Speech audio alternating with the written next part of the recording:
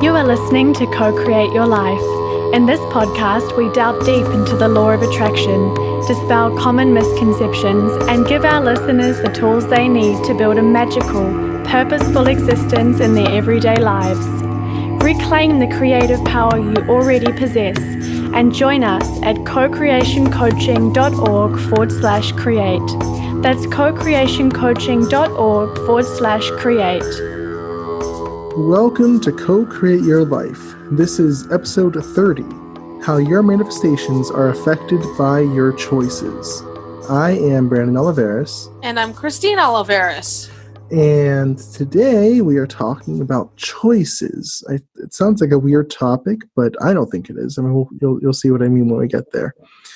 But before we get to all that, I have an announcement as always. If you would like to see the show notes for this podcast or leave a comment, you can go to cocreationcoaching.org/create030. We are officially on episode 30. Woohoo! Which I'm really excited about. So, can't believe it. I know, right? So, again, today's topic is about choices. Before we get to the topic, we have our weekly segment, Quote of the Week. And this week's quote is from William Jennings Bryan. And I found this quote. I actually was really super happy when I found this quote because it's perfect for what I want to talk about today. Just so you know, Brandon went, yes! Huh? That's what I did, didn't I? Yes, you did. That's right. And I'm like, are sports on? Oh, yeah, he doesn't like sports. I know. I was a little crazy. I was really excited because I really wanted to talk about a topic like this. But, I wanted to find a good quote, and I found this quote. Like, yes, that's exactly what I want. So, without further ado, here's the quote. He says, "Destiny is not a matter of chance. It is a matter of choice. It is not a thing to be waited for. It is a thing to be achieved." Now do you see why I'm so excited about that? Yes. You choose your choices. I mean, well, I don't of course. even know what I was trying to say, but okay. You choose your destiny. You choose your path. I think that's what I meant. And that's how it works, yes. Probably, but it was funnier. Anyway, so, again, we're talking about choices today because basically your manifestation, I was with a client the other day and I wrote down, sometimes I say random things like, oh, that's cool. I should use that for a blog post or podcast.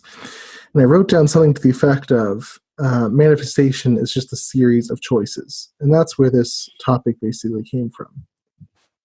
So your manifestation, is just, it's a matter of what you choose to focus on.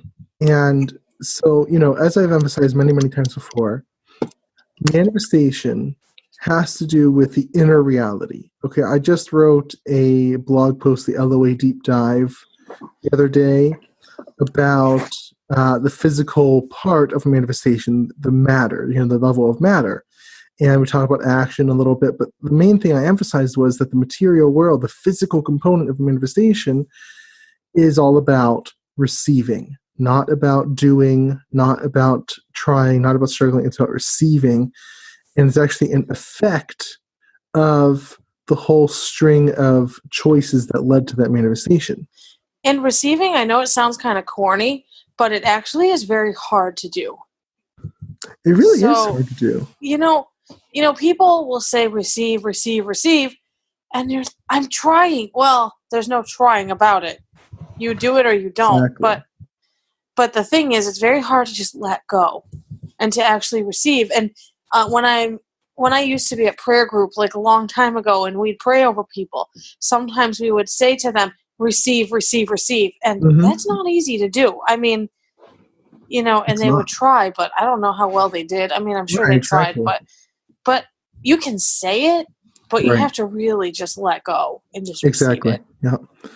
Yeah, it is. It's hard to do sometimes because, it's not, it's something the ego does not want to do. It's no. not, not really what the ego is programmed to do. It's programmed to really try hard and believe that, it's separate and being deprived of the things that it wants. And so it It tries. kind of reminds me of, there was a story that I don't know if it was from a chicken soup book or what it was, but apparently there was a fire and there was an 8-year-old girl. I think she was 8 or she was little, and she was blind. And her father, she was like on the second story or really high up. And her father said, "Jump, I'll catch you." And she said, "But I can't see where to jump. I can't see where to jump." And he said, "Don't worry. You either have to jump or you'll burn. And I promise I'll catch you." Right. Guess what? He caught her. He broke every bone in his body almost. But he caught her. And she trusted him enough to jump. Yeah. And she did. Crazy. Yeah. I don't know where that story, maybe you can find it and link to it because it's really good. I don't know where it came from. But I just will never forget that because she could have chosen just to stay inside. Exactly. She had to jump totally blindly. Right. And have blind faith, no pun intended. I was going to just say that. But she chose to trust her father. Right. And that's how the universe is too, right? Exactly. Yeah, it is exactly like that. Manifestations are basically that kind of blind faith where we say, I can't see this manifestation yet, but I know the universe is working on it, and I know that it's out there. I know it's coming. And I tell my clients all the time, your manifestation, 99% of it is going to be non-physical, is not going to appear in your physical reality. So you have to know how to tune into the energy so you know if it's progressing or not. And, I'll tell clients a lot of times, like, I see that you're making progress. And they say, really? Because it doesn't seem like that. I said, I know it doesn't seem like that, but you really are. Yeah, and the thing is, like, I've noticed that too, like when people, because I've talked to people too, and I've told them, you do so well, and they say the same thing where it's like, well, I don't see it. But it's because when you're doing something and it's monotonous and it's every day, every day, it's a blind spot. It is a blind spot. And I think that's why kind of, we have people on this earth to show us, okay, here's where you've come from, here's where you are now, and this is how much you've grown. Right. So when people tell you, "Oh, you've progressed so much," they're not just telling you that; they're serious. Right. Oh yeah. Because it's hard. It's just like, it reminds you of like someone who sees you every day is kind of the same thing where they're not going to see the changes you've made. Whereas someone maybe you haven't seen for months or a year will really see the differences because it's so striking as compared to how you were the last time you saw them. Well, perfect example. I have I direct a choir for my church, and there was a choir member that was there, and I just started my our losing weight, which is found in the journey post. My journey. And my journey. And she said, "You've dropped weight." And she sees me twice a week, maybe, so she doesn't see me that often. Right. Yeah. And she's the only one that ever noticed, but she's also very observant, and she noticed it. And I never told her I was on a diet or that I was eating better. I never told her any of that. But she noticed it right away. Exactly. So, coming back to choices, your manifestation, as I said, is a series of choices. The reason is, like I said, the inner reality is the most important part, and that takes faith, which we just discussed. And so your choices in this context are not choices as to what kind of actions you're going to take. And a lot of people think that it's like that, well, if I want to start a business, then my choices are, how I'm going to start it, what I'm going to name it, how am I going to advertise and to market it, and things like that. And that's not really what I mean by choices. I mean, those, I encourage, and I got actually some positive comments about this, how I put this in the LOA deep dive post from Wednesday. I encouraged people to see actions as an effect of the whole manifestation process, not the cause of anything. So I said, if you submit your job application, let's say you're trying to get a job and you submit a job application and you go to get an interview, and you might be tempted to think, well, me submitting the job application and me going for the interview was the cause of me getting the job. No. You sending in the job application and you going in for the interview was the effect of perhaps weeks or months of you focusing on the intention of getting a job that worked for you. Hopefully that works for you. And that was just an effect of it. If you hadn't done that, that could never happen, or it wouldn't have been as smooth. And you getting the job was a further effect, a further manifestation of your focus on getting a job that works for you. So, it is an effect, and, it wouldn't have happened if you hadn't been focusing on that. So it's tempting to see, like I said, that if I hadn't done these things, I wouldn't have gotten that. But the actions are an effect of the manifestation. The actions themselves are a manifestation. And it's hard to see it like that. But I think it's useful because if we don't, if we try to see actions as the main cause, then we make the physical the primary, and we think that if I just work hard enough, it'll happen. And that's not what I mean by choices. Yeah, it's a spiritual thing, because choices, they don't just come from physical things. I mean, you may think it is, like when you figure out what kind of cereal do I want this morning, you know? Yeah. And that, but even that I think is sort of a spiritual thing. Like, okay, what do I feel like my body needs? And like, Sure. what sounds good to me? Why does it sound good? Well, it's fulfilling. And you're not just mundanely making choices just because you feel like it. Right. It's always a very deep thing to make a choice, even as something as mundane as, what am I having for dinner tonight? Right. Spaghetti or fried dough, Fried dough. Sorry, I was thinking about it's my favorite meal. Christine's the Italian. It was her mother makes awesome fried dough. Yes, and I want some so bad. That was just like a random example. It is a good thing. So choices are a spiritual thing. It's not a physical thing. It's not through physical action. So when I'm talking about choices, I'm talking about, where is your focus? And I think sometimes we overcomplicate this whole law of attraction thing, because there are a lot of moving parts to it, I think, but sometimes we overcomplicate it. And so what I want to express about it is simply that it comes down to what you're focusing on, what you choose to focus on. So here's what I said to a client recently. I said, when you have these thoughts coming up, you have a choice as to whether you're going to believe them or not. I want you to imagine that you have the most painful resistance that comes up, the most negative, fearful thoughts, the most negative, limiting beliefs that you have coming up, and you get into that negative spiral. We all know how it is. You get into that negative spiral where maybe you're anxious all day, or for a few days even, and you kind of can't get out of it. You're just so worried about, is this going to happen, or what if this happens, or what if that happens? Every step, and it doesn't seem like this, but you have to think about it this way. Every step along that path of that negative spiral, of that negative belief system coming into your thoughts and affecting you, every step of that is a choice to keep focusing on that thought. Because even though it doesn't seem like it, you have the freedom to say, no, I'm not going to focus on this. Now, it's really hard because the subconscious mind does its job and adds in a whole ton of emotion along with it. A whole ton of emotion. Fear and anxiety and stress and all sorts of stuff. And so it's really hard to ignore that, but you can. I'm just saying you can with practice. I'm not saying it's easy, but it's possible. That's all that matters. Anything is possible. Anything is possible. And how much effort you want to put into it, too. Exactly. So you have that choice every step along the way. Right now, today, let's say my goal is money. Today, I have a choice every moment of the day to be focusing on abundance or to be focusing on lack. Let's say your goal is relationships. I seem to attract a lot of people who want help with getting a relationship. So you have a choice every moment of the day. Am I going to focus on love and, companionship and how easy it is to get a relationship?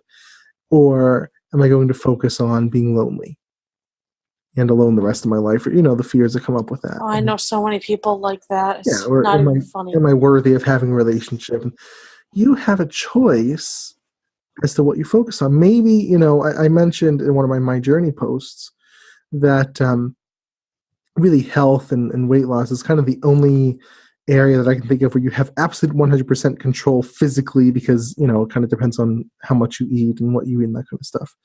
So, you know, but let's take, I mentioned this before, let's take something like relationships. You don't technically have 100% control over that, because it's up to the other person to say, yeah, I'd like to, you know, be in a relationship with you or not. You can't, really shouldn't force them. Not really a relationship if you force them, but, you know, you can't force them to say, yeah, you know, be in a relationship with me. Or else. Yeah, you know, you don't want to be a stalker or something. Like, it's just kind of. Well, there are people like that. It's kind of creepy. Like that, yeah. But, you know, as much as the ego wants to do that sometimes, you can't, you know, for a long-term, happy, healthy relationship, you can't coerce the other person into saying yes. So you don't have 100% control. Maybe at best you have 50% control, because you can say yes and then ask the other person or pursue them or whatever. But spiritually speaking, you have 100% control over what you choose to focus on from moment to moment. You may not have 100% control over the specific person you're going to be with, but you have 100% control over, I will be in a relationship. Because there's no, some people come to me with these weird fears. I don't mean to call them weird, but just these fears like, what if my higher self doesn't want me to be in a relationship? I'm just supposed to be alone for all my life. Oh, boy. What if my higher self doesn't want me to have abundance? I'm just supposed to be alone for all my life. I said, no, that's not true. You might have a starting point, but that's not true. You know, you have the choice. I want abundance. I want a relationship. I want health, you know, good health, whatever. So you have 100% control over, I will be in a relationship, maybe not over, you know, with this specific person, because they have free will. And people always ask me, you know, should I pursue this specific person? I say, well, yes, until you may realize otherwise, that you don't really want that. You know, I had, this has happened to me before, where someone comes to me, I'm working with them on a specific relationship or on a specific goal. And after a while they say, you know what, I actually don't want that specific thing that I thought I wanted. That became clear to me after working on this for a while. And so we change gears and focus on something else. But you have 100% control over the choices you make day after day, moment after moment, and what you choose to focus on. So your reality is malleable based on your thoughts. And obviously that's a law of attraction. I mean, that's pretty basic, right? A basic law of attraction tenet. But your reality is malleable based on your thoughts. And your thoughts are under your control. I mean, so you do have that control. And again, this seems so simplistic, but yet so many people don't realize that they actually have control over the thoughts. Something that's in your head, something that is in your own personal experience, not, you know, no one's telling you what to think. I mean, they can try, but you have the ultimate say in what you think. No one can tell you what to focus on. No one can make you focus on a certain thing. You have ultimate control over that. So why aren't you? You know, why aren't you paying attention, being self-aware of everything you're focusing on and saying, wait a second, I don't want to create this. I'm not going to focus on it. I mean, that's, you know, so now I don't want to go too deep into this next point because I think it's really good for a separate topic, but here's what it goes into. Because I know personally with having anxiety, I know how this is, and I've helped a lot of people with the same thing. We think that our thoughts have power, and we're told in the law of attraction community, your thoughts have power, right? So your thoughts have power to create. So if we have a thought like, what if I'm poor, or what if I'm alone forever, or whatever, we think, oh my God, that thought has power. It's going to be created now. I'm still even afraid of that. Like, oh, I've got to be careful. Right. So we have one little negative thought. And we say, oh my gosh, I've had people ask me, okay, if I have one negative thought, does that erase all my progress? And the kind of sarcastic side of me really wants to say, absolutely, every single moment of all your positive progress was wiped out by one single negative thought. It's just that hard. Life's just that unfair. would never do that, but I'm really tempted to sometimes. You should just to scare someone and see No, what they that'd be do. horrible. Oh my God. But Shock them into into their manifestation. That's right. But We're plotting against you guys, I'm just kidding. But it's not the case at all. It's not like that. So what I want to tell people is that, okay, yes, thoughts have power, but here's the but. Thoughts do not have power of their own to create anything. A thought is just a thought. Okay, so let's remove some of the law of attraction programming that you might have from other places, from other teachers. Your thoughts are powerful in a certain context, but listen, your thoughts are just thoughts. They don't have power in and of themselves. Okay? So if you have a random thought, it's why if we don't have, we all have these random thoughts like, okay, especially someone with anxiety will identify with this. If you go out somewhere, you're on a trip or you go to work or something, and you're away from home, and you say, "Wait a second, did I turn off the stove?" Or did I turn off, something like that could be really bad if you didn't shut it off. And then, even though you probably did, you start worrying about it. No, even if you don't check, let's say you don't check, you start worrying about, oh my God, I'm going to get home, my whole house is going to burn down, and like things like that. But that doesn't generally happen because just you thinking about it is not going to make it happen. Those thoughts don't have power, or else your house would be on fire. Yeah. So thoughts in and of themselves do not have power. So what gives them power? What gives your thoughts power is two things: your focus and your emotional reaction to them. When you emphasize them, you focus on them, and you have an emotional reaction, which could either be positive or negative. It could be like, oh no, oh goodness, like be anxious and fearful, and then they have power because you've given them the two components they need to create. Or if you have a positive thought, like about abundance or about a nice relationship, and you give it focus and you give it positive emotional reaction, as in, yes, I really want this feels really awesome, whatever, then that thought has power. So thoughts on their own do not have power, but when you give them focus and emotional reaction, they have power to create. That comes from you. You give them that power. So, that comes back to choices, because you have the ultimate choice. Again, you have those two components. If you don't have both components, they won't have power. You could have a thought that you focus on, but it's just sort of, I don't really have an emotional reaction to it. So I could focus on, what if the sky were green all day long, or what if the sky were purple, and I kind of don't really have an emotional reaction to it. Nothing's really going to, come of that, and I don't have power. That's a collective creation anyway. But you know what I mean? Or what if I had 3 arms or something like that? Like, I wish. Sometimes. And but that doesn't really have an emotional reaction, and so nothing really. It's just a random thought.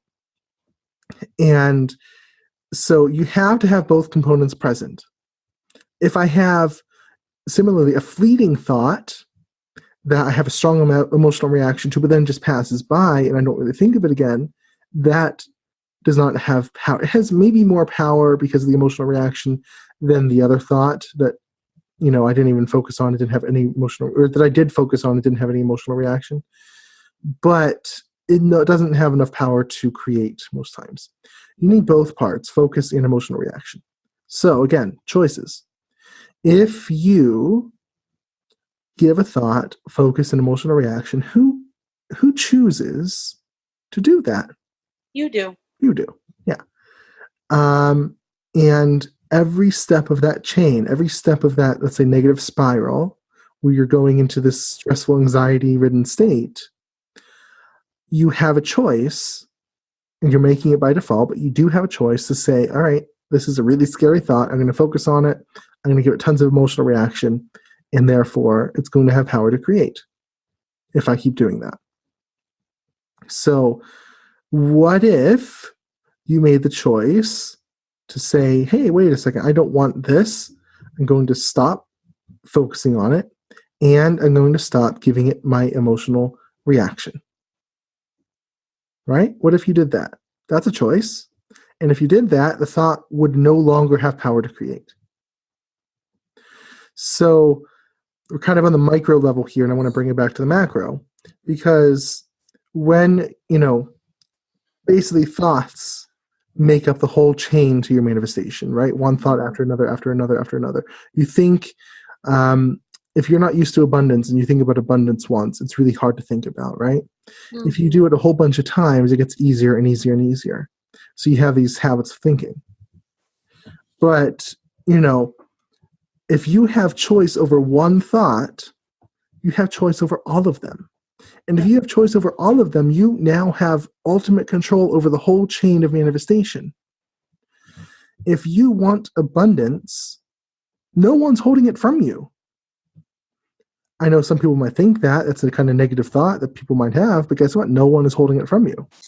So what do you do when your subconscious really has you, tied up in chains, so to speak? Like, then you feel like you really don't have a choice because your subconscious is sort of ruling you, and you don't even know how to get out of it. It takes kind of like our conversation in the Creator Circle, where I said it just comes down to you just got to do it.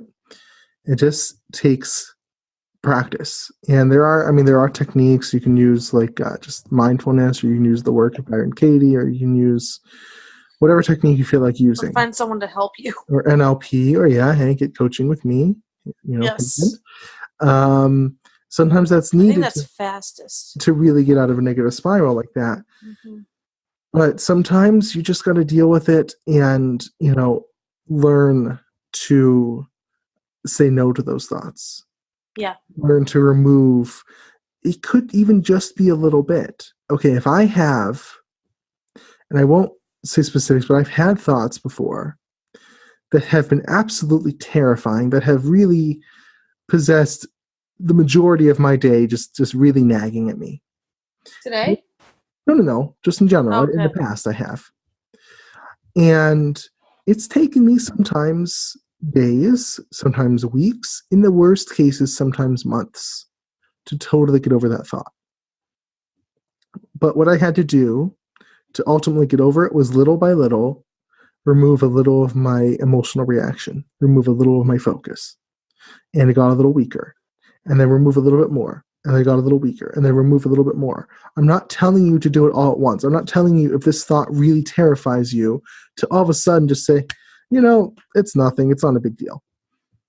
You can't do that unless you're really, really, really good at mindfulness and meditation and you're kind of zen about the whole thing. That's probably not going to happen. But what you can do is make a little, tiny micro choice to take a little of your attention off that thought. Just a little bit. Yeah. Just a little less emotional reaction, just a little less focus. And what that will do is start to weaken it. And every time you do that, it'll get weaker, and it won't come up as much, and it'll get weaker, and it'll be easier to do it a little bit more, to take a little bit more focus away from it, a little bit more emotional reaction away from it. And pretty soon it won't be a big deal, and you won't even think about it. So I'm not saying this is easy. I'm not saying, oh yeah, just choose your thoughts and it's all, it's easy and just, you can have it in no time. A lot of times when these are big manifestations, it is kind of difficult, right? But what I'm saying is you have that choice. So make the choice. Don't let your subconscious make it for you. Okay, it's like, and I always come back to this analogy, playing the piano. Okay, let's say you're playing a musical instrument. And sometimes you accidentally practice a mistake, because every time you play a certain section, you make that same mistake. And so it's easy to keep doing that. It's kind of the default. If you just play through it quickly without thinking, you're going to make that mistake because you've practiced it into your subconscious. Yeah. But you have that choice to slow down and deliberately play it correctly. and then go back and deliberately play it correctly again, and then go back and deliberately play it correctly again, and repeat that over and over again. And eventually your subconscious will get the point. It's like, oh, wait, we were playing it wrong before, so now we, have this new way of playing it. And so now when you play it faster, it will be the correct way. Yep, that's happened to me. And it is so hard to not do what you first started doing. Right. You have a habit of thinking about, let's say, lack, or let's say loneliness, or sickness, or whatever topic it is for you. You have a habit of thinking about that. Okay? And in order, it's by default, you're going to keep focusing on it, but it's a choice. You choose to let, like when you play it through quickly on the piano, you choose to play it through quickly and so to make that mistake. And with this, you choose to not challenge that habit, and so you keep getting it. If you, little by little, change that habit by having a new thought about abundance or about, relationships or whatever, then you will gradually get to that point.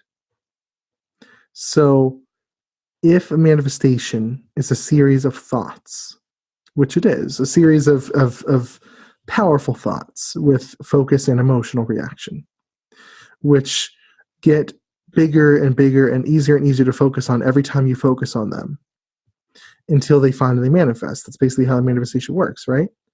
And if thoughts only have power if you focus on them and give them your reaction, then a manifestation is just a series of choices of which thoughts to give your focus and reaction.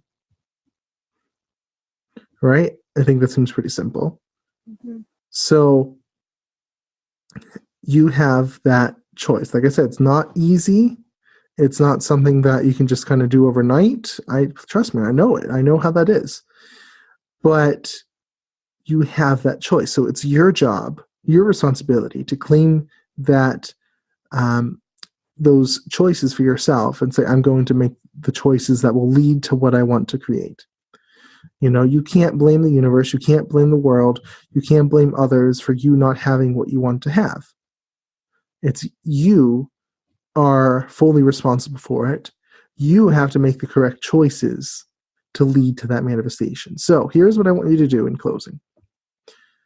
If you want something, kind of a few things here. If you want something, ask yourself, am I making the right choices to focus on the right thoughts to lead to this manifestation?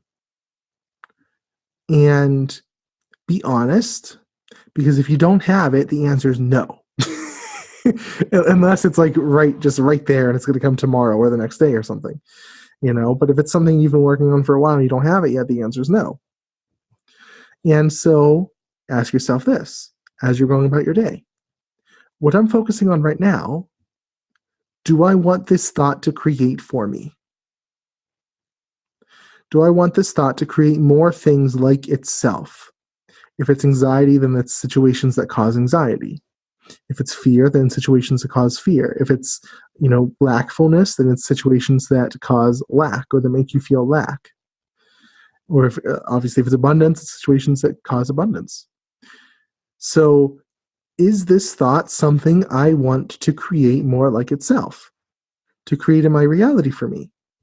Okay, ask yourself that. And if the answer is no, then do everything you have to do to remove your focus from that thought and to remove your emotional reaction from that thought. So that is as simple as it is. Again, not easy by any stretch of the imagination.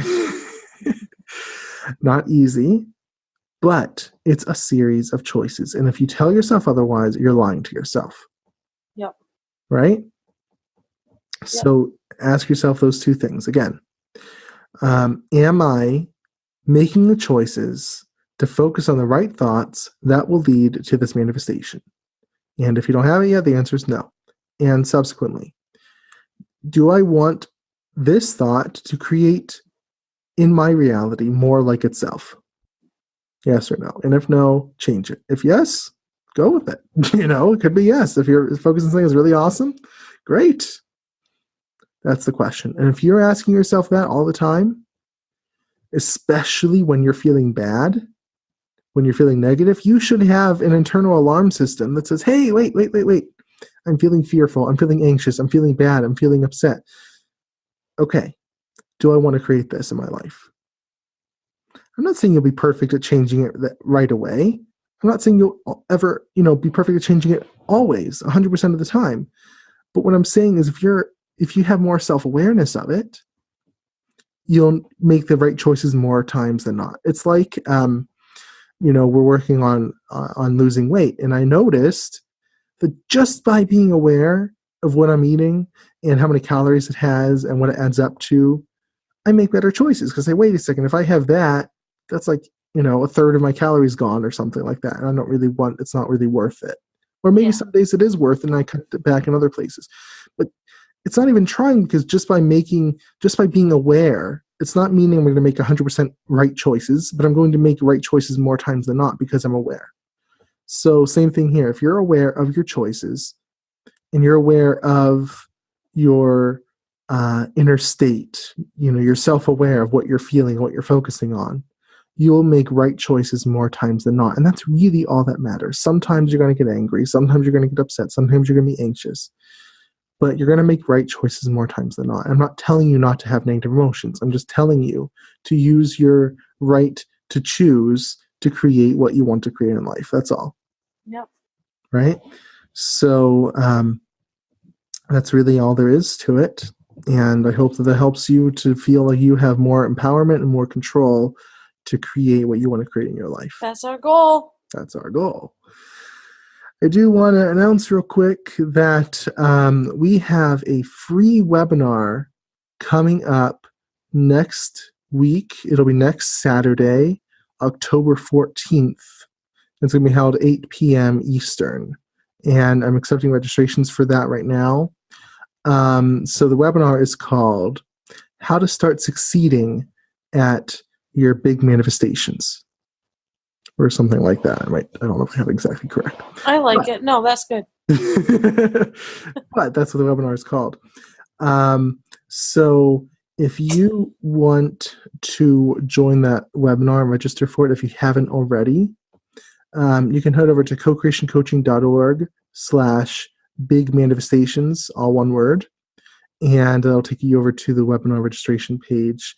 Even if you can't attend at that time, the replay will be available for all those who register. So it'll be sent out. The recording will be sent out, and you can check that out afterwards. But it's going to be a lot of fun. So try to come live because we'll be having Q&A and I like it lots of interactions. So it'll be fun. So I'm really excited about that because that's the biggest thing. I took a poll recently of people on my mailing list. What's the biggest thing that you're struggling with? And that is really what it came down to. People don't know how to manifest those big desires in life. And it is tricky. It is kind of tricky. So we'll talk about that, what you might be doing wrong, how to change that, turn that around, and what you need to do to manifest those things. So once again, if you want to see the show notes for this podcast, you can go to cocreationcoaching.org/create030.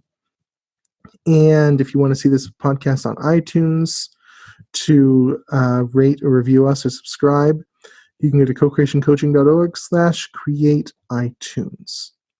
So I hope that everyone enjoyed this topic today. I certainly did. I think it was really cool. And we will see you next week with another podcast. Until then, I am Brandon Oliveris. And I'm Christine Oliveris. Anything is possible.